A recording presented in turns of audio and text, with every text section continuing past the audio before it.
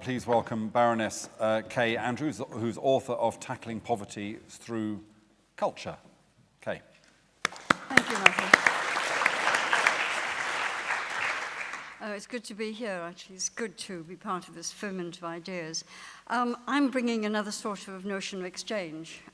It's about ideas, certainly. It's about practice and imagination. It's also news from a foreign country. It's actually talking about geographical exchange and some of the things that I have discovered recently working in Wales, which I think have got a wider application. It builds on some of the issues that Matthew raised this morning about identity and belonging too, but in a slightly different way. Last year, after I was stood down, should we say, from English Heritage, I was asked by the Welsh Government to do a piece of work for them, which was incredibly radical, more radical than they understood at the time, I think. And that was to look at ways in which culture and heritage in Wales could make a greater impact on disadvantaged communities. You need to know a bit of the background. Wales has the second highest rate of child poverty of any area in the UK outside parts of London. 1 in 4 people in Wales live in what are called community first clusters, which are the focus of the most intense local anti-poverty strategies in Wales. And they focus on children and mothers and young people. What I discovered, of course, as I careered around Wales in 5 months and met people working at extraordinary intensity in local communities, I think I met 130 people and brokered about half a dozen seminars, was that there was a fantastic amount going on. It was often isolated, however, and it wasn't being communicated beyond some very narrow boundaries.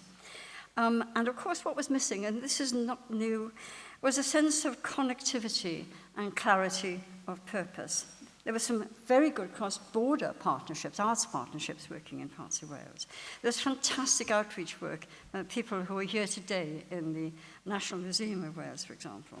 But there was no sense or incentive or opportunity for structured or permanent engagement with the permanent cultural and heritage agencies on the ground in the communities. By culture, I meant museums, libraries, art galleries, archives, and there was little connection between them and the heritage bodies, CADW, local archaeological societies, local archives, and so on, let alone between them and the placemakers, the community development workers, the anti-poverty workers on the ground.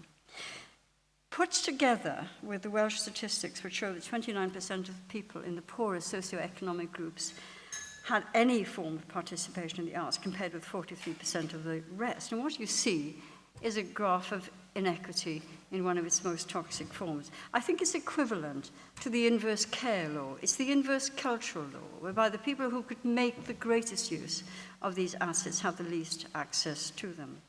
And certainly there were no connections across policy. Now, we have complained for years in the cultural and heritage sector that culture and heritage should be part of the economic solution across the UK. Nothing much has changed. There were no connections across family policy, curriculum development, regeneration strategies. You couldn't see heritage and culture being seen as a resource or an inspiration. But this report was not about blame. It was about change based on what people knew would work in places where they knew it would work best. And therefore it was about strategy, but it was about practice. It was about creating common platforms for different local communities to explain to each other. For example, for the first time ever, I think, some of the heritage bodies met with community development workers. They found they had masses of interests and enthusiasms in common. It was about opening shared local networks for sharing learning and teaching resources, really practical work, for developing a national R&D policy around, for example, knowledge and impacts. I take the point entirely about what sort of impacts should we be looking at and how granulated should we be in that approach. It was about trying to suggest and integrate funding streams across policy, for example, for community transport, to heritage sites, for linking up policy, for example, bringing Jobs Growth Wales together with the museums and the archives who were hosting volunteers. So there was a real link with skills and careers, and it was about putting national assets to work for the whole nation. To my knowledge, and this is the really important thing, the exam question I was set has not been set by any other government. By challenging the Welsh equivalent of DCMS to put culture and heritage to work to reduce poverty, both present and future, the Government of Wales sent a clear message that culture and heritage have the power to drive social justice, to drive change, through attitudes, ambitions, skills, and features. And I thought that was fantastic. And that's why I did it. So what helped to articulate both the problem and make the search for solutions more credible is not only that Wales has a very strong sense of place, it also has creativity with language. And this is one of the provocations for you. Heritage and regeneration are, to my mind, extremely clumsy words, limited and constricted. And I think that constriction in the language reflects some of the diffidence we have in England towards the notion of heritage and belonging and identity. So there should be a slide up here, which doesn't seem to be there, but what you would have seen was one of our heroic, there it is, one of our heroic Welsh nonconformist chapels, of which there are thousands across Wales, built in the middle of the 19th century.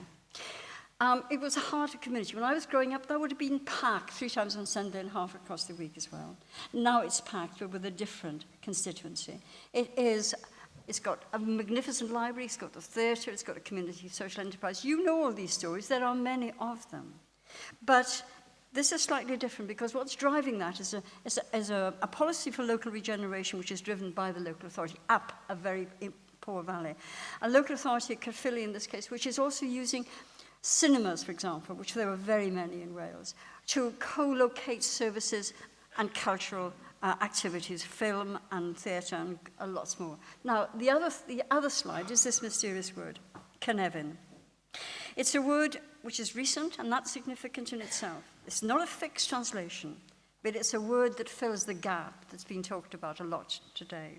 It's a word that expresses place in terms of time past and future. It also embraces a sense of belonging and community. And it's the heart of so much of the longing people have to make something of themselves and something of the place they live. Children who don't know where coal comes from anymore, for example. So my second provocation is, can we create an English alternative? Now, in this report, Culture, Poverty, and Heritage, I can't possibly go into, and I don't need to go through the 33 recommendations, it's all online. But many are about dismantling the barriers.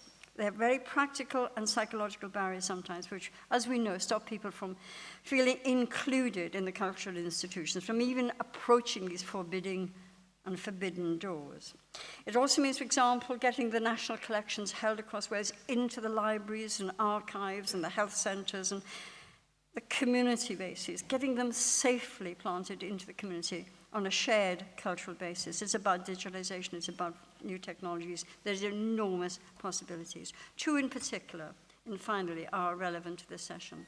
Cynefin schools which will draw on, as we've heard the London curriculum, we've had wonderful examples from the States, schools which draw on the full heritage and the cultural resources of their community to drive not just the history curriculum, but to lift the whole school, to inspire the whole school, connect up, for example, with the community archaeology, around local history. It's about raising achievement. We have got to work very hard in Wales these days to raise our educational achievement. This is partly about accelerating learning and lifting motivation.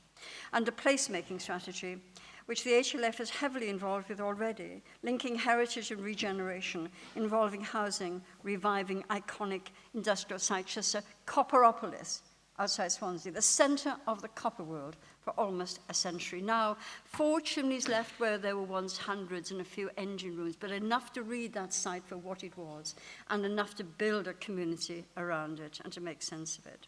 And it's also about auditing buildings at risk as part of a strategy to revive town centres, for example, scaling up the training opportunities. We need to scale up dramatically and link the apprenticeships programmes. We're now waiting on an action plan from the Welsh Government. There are resource constraints, God knows, but it doesn't depend on new resources. It depends on diverting what we've got, frankly. Many of the changes have got to be anchored first in those communities where they can have the greatest impact. And my institutional recommendation for a cultural and social inclusion board in Wales has already been acted on, and it's that board, which now is the project board, to drive these changes, to drive the policy connections across government, to drive the research and development plan, and to identify the places where this can happen first. Wales is a small country. It's terribly reluctant to change, but occasionally it has strengths. For example, a very strong notion of the civic. The fact that heritage is seen as an agent of change is incredibly optimistic. And people haven't even waited for this report. In Swansea, they've set up the first local cultural network, which is working across the city, bringing together policymakers, museums, community development officers, using extremely interesting new creative frameworks. So I think there's a lot to be cheerful about. It'll be slow, but it'll get there. Thank you.